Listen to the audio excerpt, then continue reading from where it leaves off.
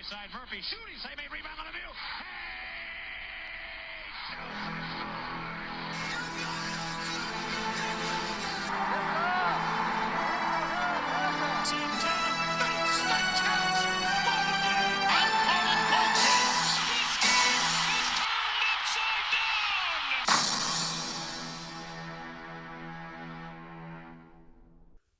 Hey everyone, this is Casey. You are watching the Red Rubber Duckman All Sports Network. Now, I hate to bring you back to 2020, but it really was a very interesting time where sports fans had to find some other ways to entertain themselves. Games were postponed, other events were canned, and many people thought that the quarantine would never end. One event that sports fans never got to witness was the NCAA men's basketball tournament. There were a lot of fans in many schools wondering what could have been. Like my alma mater, the University of Akron, the Zips won the regular season title in the Mid-American Conference and were 3 wins away from their first tournament since 2013, but there were plenty of schools in the Mid-American that could have taken them down. However, the very popular story was how far Dayton would go if their dream season were not cut short. Many projections and simulations had the Flyers go on a dream-come-true run all the way to a national championship. However, there is one problem with some of these simulations. A lot of these simulations use the regular season champions and skip the conference tournaments. The beauty of the conference tournaments is that there are many Cinderella stories that are created by these tournaments, and many of the conference regular season champions don't make it, and some of these bid stealers could make noise in the big dance. So I went back in time to see all 32 conference tournaments, and in the next video, I will create a 2020 men's basketball tournament bracket from there. But for now, let's go ahead and dive into the conference tournaments. Now to start off, we have the Mountain West. Traditionally, the Ohio Valley is usually the first conference tournament to conclude, but in 2020, the Mountain West was going to end the same day. And they had their conference tournament championship earlier than Ohio Valley's. The tournament had a couple twists and turns with 11 seed Wyoming knocking out Colorado State and then taking out Nevada. Their run would come to an end, however, against Utah State. And the Aggies would go on to shock San Diego State in the championship game, denying the Aztecs a potential number 1 seed. Now, the Ohio Valley tournament was straightforward throughout the bracket, except with the 5-8 game going into overtime between Tennessee State and Morehead State. In the championship game, Tyler Scanlon would hit the go-ahead layup with 3 seconds left to give Belmont the 76-75 win over Murray State. The Bruins would get revenge on Murray State after losing to them in the 2 previous tournaments. For the Bruins, this would be back-to-back tournament appearances, except they're not going to be last 4 in. They don't even have to wait until Selection Sunday to see whether they were going to get in or not. The Big South had pretty much no chaos until the semifinals. In the Big South semis, we saw the top seed Radford go down against Hampton in their own home. And this opened the door for Winthrop to host the final after they took out the defending tournament champions Gardner-Webb. The Eagles would go on to win the Big South title in Rock Hill and claim their second Big South title in 4 years. The Atlantic Sun had some chaos on one half of the bracket when the other half was basically all Liberty. The Flames would go on to win the Atlantic Sun tournament with a convincing win over Lipscomb in the finals, 73-57, to win their second straight A-Sun title and what would be 3 in a row for the Liberty Flames. The Missouri Valley is really where the chaos occurred. The fans in St. Louis witnessed the top 3 seeds in Northern Iowa, Loyola Chicago, and Indiana State all go down in the quarterfinals. After all the chaos, it was the 4 seed Bradley that came out alive, beating the 7 seed Valparaiso in the final 80-66, and this was the second of back-to-back Missouri Valley tournament titles for the Braves. The SoCon tournament, you can expect some chaos every other year. Seeds 2 through 4 in Furman, UNC Greensboro, and Mercer all go out in the quarterfinals. Despite all the chaos in the tournament, The regular season champions in East Tennessee State were able to escape without a scratch, including a 72-58 win over defending champions Wofford in the championship game. It was the Buccaneers' second SoCon tournament title in 4 years. In the CAA tournament, the same script follows. Seeds 2 through 4 in William & Mary, Towson, and Charleston go out in the quarters. The final would be a rematch of the CAA final the year prior between top seed Hofstra and the defending tournament champions in Northeastern. In 2020, the Pride would get revenge on the Huskies 70-61, and this would have been Hofstra's first tournament appearance since 2001. The Horizon League would go straight forward until the semifinals when the top seed Wright State got taken down by UIC 73-56. It would open the door for the defending tournament champions in Northern Kentucky to take the trophy again. And that is exactly what happened, with the Norse in the final as they took out UIC 71-62 to repeat as Horizon League tournament champions and punch their third ticket in 4 years. The NEC tournament was interesting, not because of the tournament itself, but because of the scenario surrounding one of the teams in the conference. The regular season champions in Merrimack were in their first year of Division I play after moving up from the Northeast 10 in Division II. And the Northeast Conference at the time did not allow transitioning members in the conference tournament until their transition period was up. So Robert Morris got the number 1 seed instead, and they would go on to take the NEC tournament title over St. Francis of Pennsylvania 77-67 for their first tournament appearance since 2015. The Summit League tournament would see the second seed and co-regular season champions in South Dakota State and the third seed South Dakota, both of them going down. After surviving a scare against Denver, North Dakota State would take no prisoners from here on out, beating North Dakota in the final 89-53 to earn what would be back-to-back tournament appearances. Excluding the final, the West Coast Gauntlet only saw one team win multiple games, and that was the 5 seed San Francisco, and they would give Gonzaga a run for their money, but would once again come up short. The final ended up being Gonzaga versus St. Mary's Part 11 D1000, and would end with the Bulldogs coming out alive with an 84-66 win over the Gales, and with it, they would earn themselves another number 1 seed in the NCAA tournament. The last tournament to end was the Patriot League. Were you tired of seeing Colgate in the tournament for 5 straight editions? If not for the pandemic, there would have been a brief reprieve. Colgate was once again the number 1 seed, and the 2 seed American would go down to Bucknell in the quarterfinals.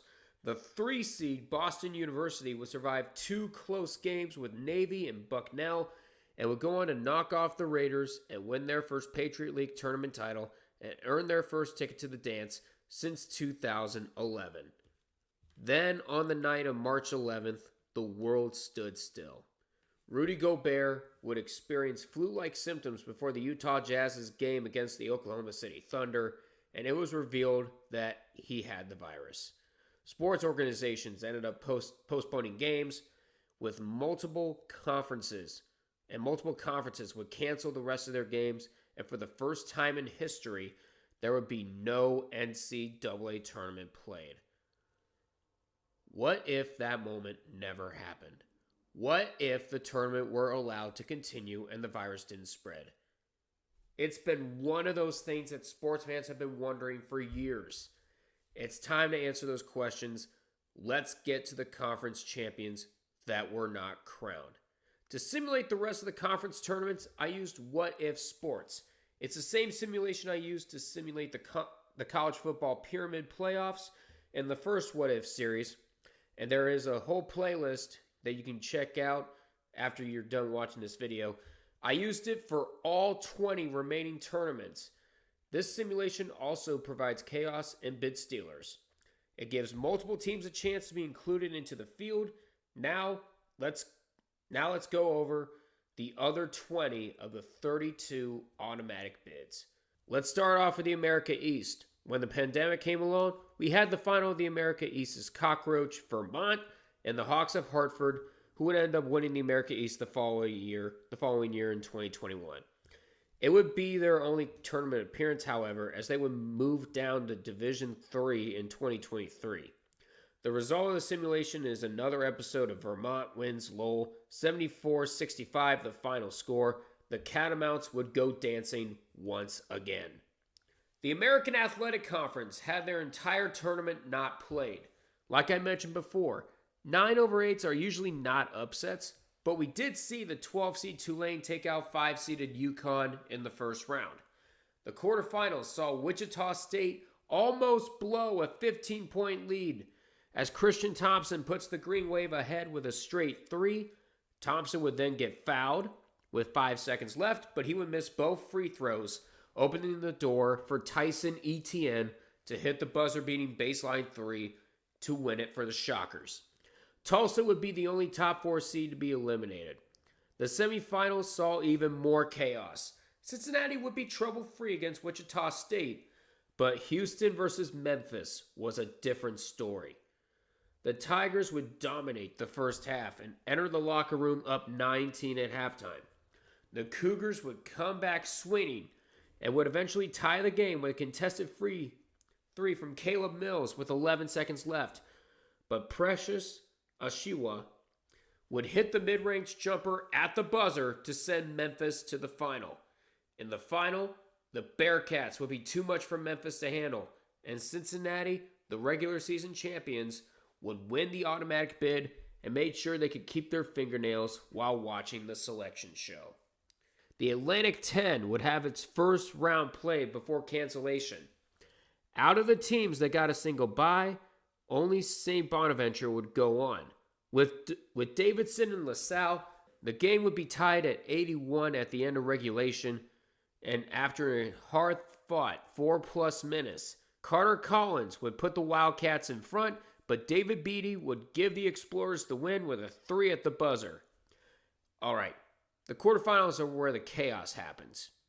Fordham would continue their Cinderella run against Rhode Island, but that's not even the biggest shocker. Dayton, a team that had a number 1 seed style season, despite being in one of the smaller conferences, would go out in the quarterfinals to VCU. This to me was the most shocking simulated result I've ever had. I was so shocked that I had to take a screenshot of the results just to show you I wasn't BSing you. This would be one of, if not the most shocking upset of the season, barring any NCAA tournament upsets that you would see in part 3 of this series coming up. It would be chaotic if this were to happen in real life. In the other quarterfinals, St. Louis and Richmond would survive their quarterfinal games. In the semifinals, the Billikens and the Spiders would stop both Cinderellas, and in the final, Richmond would make it so they didn't have to wait for an at-large by winning 77-62 to claim the Atlantic 10 tournament title and their first ticket to the dance since 2011. The ACC tournament would stop at the quarterfinals, and notable blue blood North Carolina was not able to complete a 2024 NC State-style run. The quarterfinals would see all top seeds move on except for Virginia, losing to Notre Dame, who are in a win the tournament and you're in situation. The semifinals would see top seed Florida State go down in yet another Duke wins Lowell game, and that would send the Blue Devils to the final, and then Notre Dame would put themselves within striking distance of a bid steal as they put up a hundo burger on the Louisville Cardinals. This would be the highest scoring final simulation in this whole video, and it would be another Duke wins Lowell tournament. The Blue Devils would win their 3rd ACC tournament in 4 seasons. The Big East was an interesting one to start since the tournament didn't get canceled until after one half was played. The tournament was canceled right at halftime of Creighton versus St. John's, with the Red Storm up 38-35 when the cord was cut. For the simulation, I took the first half of the simulation and replaced it with the score in real life and added the second half to it, and Creighton would claw their way back and win Seton Hall and Providence would be the only top 4 seeds to not make it through. In the semifinals, it was the Blue Jays and Marquette taking out 2 seed Villanova. And in the final, it is the top seed coming out on top as Creighton wins their first conference tournament since 2013 and their first in the Big East. While doing these simulations, it felt like the pandemic robbed college basketball fans of some conference tourney chaos. The same holds true here in the Big Sky. The top 2 seeds in Eastern Washington and Northern Colorado would bow out in the quarterfinals. In the semifinals, each game was more chaotic than the last. Sacramento State and Portland State were locked into a battle with the Vikings coming out on top. With Southern Utah and Montana, there was no lead larger than 6 at the second half. With 13 seconds left, Sal Nulu would slam it home and send the game into overtime. It would remain close, and then Cameron Oyulan would bury a 3 at the buzzer to send the Thunderbirds into the final. In the battle for the automatic bid, it was Portland State that would prevail and go to the tournament for the first time since 2009. The Big Ten would be 2 games in before it would get canceled. In the simulation, we did have one upset in the second round, and that was Minnesota taking out the 5 seed Iowa. The quarterfinals is where all the BS starts, because 3 top seeds would go down, including the 1 seed Wisconsin. Only the 2 seed Michigan State was able to blitz by with a blowout win over Ohio State. In a battle of surprise semifinalists, Rutgers would end the Cinderella run of the Golden Gophers and prevent them from bid stealing. The Spartans would do the same thing to the Nittany Lions and take them out, except Penn State is still in the running for an at-large. The final would see Michigan State take home the title in what would have been back-to-back Big Ten tournament championships for the Spartans. The Big 12 would also be 2 games in before the pandemic hit.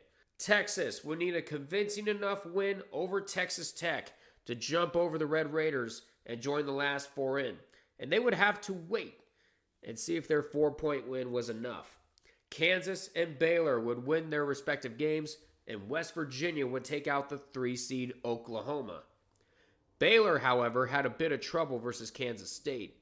At one point, the Wildcats were up 12 on the Bears, but Baylor would make a furious comeback capped off with a Freddie Gillespie buzzer beater to force overtime at 79-all.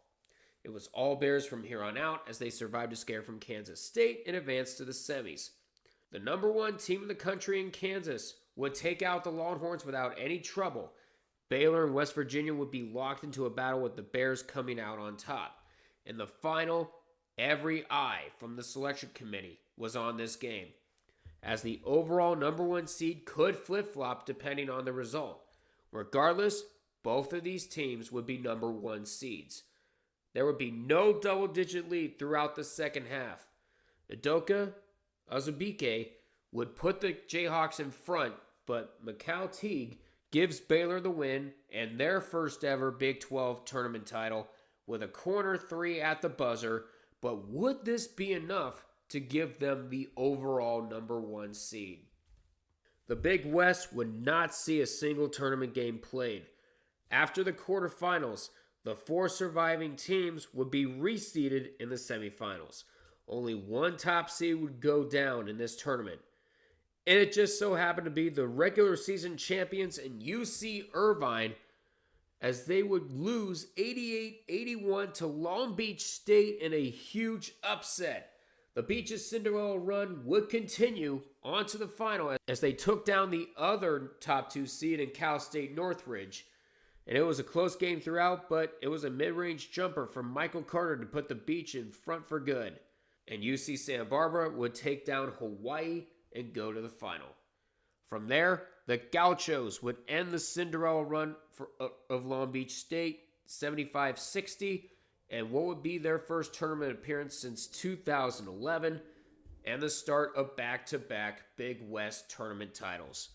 In Conference USA, the tournament would be canceled after the first round, but not much chaos happened in the tournament thus far. That would change with this simulation. While the top seed North Texas was able to win their quarterfinal game, Western Kentucky, Louisiana Tech, and Charlotte would bow out. In Louisiana Tech versus Marshall, Amori Archibald would hit a go-ahead 3, and since then, the game was back and forth, and regulation would end at 66-all. The Thundering Herd would go on and complete the upset. The upsets did not stop there, as the top seeded Mean Green would go down against FIU in the semifinals, and in a battle of bid stealers, Marshall took down UAB. The final would see the Florida International Panthers take the trophy and the automatic bid to their first tournament since 1995. The Ivy League tournament was canceled, and Yale was given the automatic bid, and while simulating this tournament, it was clear why.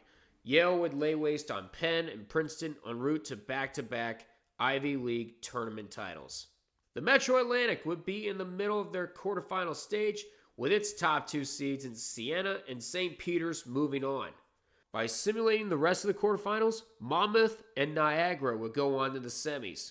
There would be double-digit wins for the rest of the tournament, as the top 2 seeds would find their way into the final, and in the end, it would be the Saints earning their first tournament appearance since 2010. The 2020 edition of the Mid-American Tournament would be the final one to include all 12 teams, as from 2021 onward, they would just switch to 8 teams going to Cleveland. They already did the first round games in which the higher seeds were the hosts, and then it was on to Cleveland with the quarterfinals. The first game was nothing short of chaotic. It didn't seem that way at first with the top seed Akron up 11 on Ohio, but the Bobcats were able to come back and were eventually up 4 with 12 seconds left. But Channel Banks puts the Zips within 1, but Akron would foul Nolan Foster and give him a chance to put the game out of reach. But he would miss both free throws, and Cameron Reese would hit the mid-range jumper at the buzzer to help Akron survive. While the Zips were able to survive their game, the other top 3 seeds in Bowling Green and Ball State did not fare so well. In the semifinals, Akron was able to take down Northern Illinois, and Toledo would lay down the hammer on Kent State. In the final, the Zips would take down the Rockets 71-65 and punch their ticket to the tournament for the first time since 2013. The MEAC, just like the Metro Atlantic, was in the middle of its quarterfinal stage, and it saw its top 2 seeds in North Carolina Central and North Carolina A&T going to the semis. Simulating the rest of the quarterfinals results in wins for Morgan State and Norfolk State. The 2 teams would proceed to knock out the top 2 seeds and proceed to the final. In the end, it was Morgan State who would take the automatic bid and go to the tournament for the first time since 2010.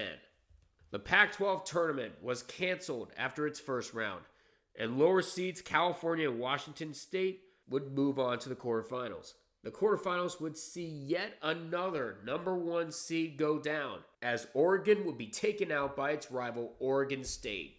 All other top 4 seeds would escape onto the semis. Even though there was a lack of chaos in this round, we did have close games with USC and Arizona State earning spots in the final. The final was a blowout win and a first Pac-12 tournament title for the Sun Devils, as they ensured themselves a 3rd straight tournament appearance. The SEC tournament only saw 2 games played. In the simulation, a tournament team in Florida would go down against rival Georgia in the second round, as well as Arkansas taking down South Carolina. The quarterfinals brought about all kinds of craziness, as the top 3 seeds in Kentucky, Auburn, and LSU would go down, leaving the semifinals to be filled with potential bid stealers. In the simulation, Alabama would take out Mississippi State, and then Texas A&M would prevent a 2024 NC State-style run from Arkansas. A bid was going to be stolen, and with a final score of 91-85, the SEC's bid would be stolen by the Crimson Tide, as this would be their first SEC tournament title since 1991. the first of back-to-back SEC tournament titles, and their second tournament appearance in 3 seasons. The Southland Tournament would have its first gauntlet games played, with the bottom 2 seeds going out to no one's surprise. There was craziness in the 4-5 matchup with Sam Houston State and Northwestern State as they went to double overtime, and the Demons would come out on top. In the other quarterfinal, Nichols would take care of Lamar, and the Colonels would knock out the defending champions in Abilene Christian by 1 point and punch their ticket to the final, and the regular season champions in Stephen F. Austin would exercise Northwestern State. The Lumberjacks would then proceed to take out Nichols 95-87 in the final to win the Southland for the 5th time in 7 years. The SWAC tournament would have its quarterfinals already played due to them already taking place in campus sites 2 days before the cancellation. Simulating the semifinals saw the top 2 seeds and defending champions Prairie View A&M and Southern go on to the final, with the Panthers taking out the Jaguars 87-79 to repeat as SWAC tournament champions. The Sun Belt usually has some of the more chaotic results in the conference tournaments, and that would hold true here. At the time of cancellation, the tournament was at its semifinal round, as the first 3 rounds were held at campus sites ahead of time. Simulating the semifinals saw the top 2 seeds in Little Rock and South Alabama go down. In the final between Georgia Southern and Texas State, 2 teams that have not seen the tournament since the 90s, we would see an even score at halftime. The second half was a mini tale of 2 halves.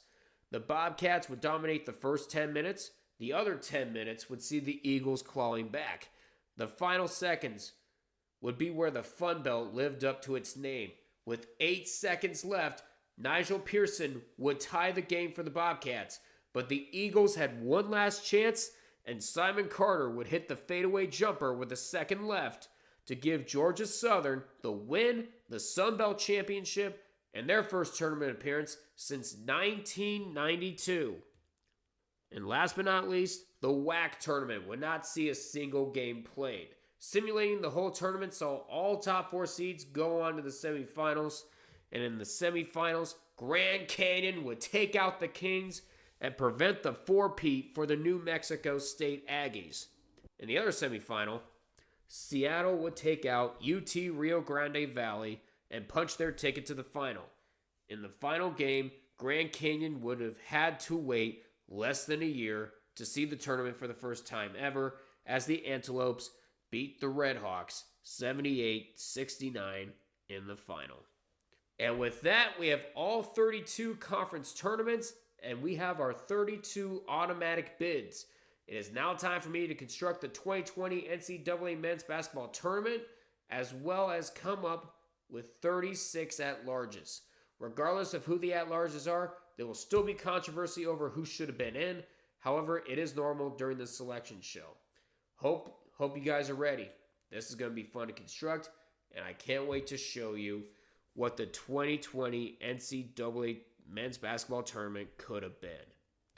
But that is going to do it for me. I look forward to seeing you guys in part 2. It should be coming out, I think, sometime this weekend. But I look forward to showing it to you. Please feel free to like, comment, and subscribe to the Red Rubber Duckman All Sports Network. Thank you guys so much for watching again. And until we meet again, I will see you guys in the next video. Take care.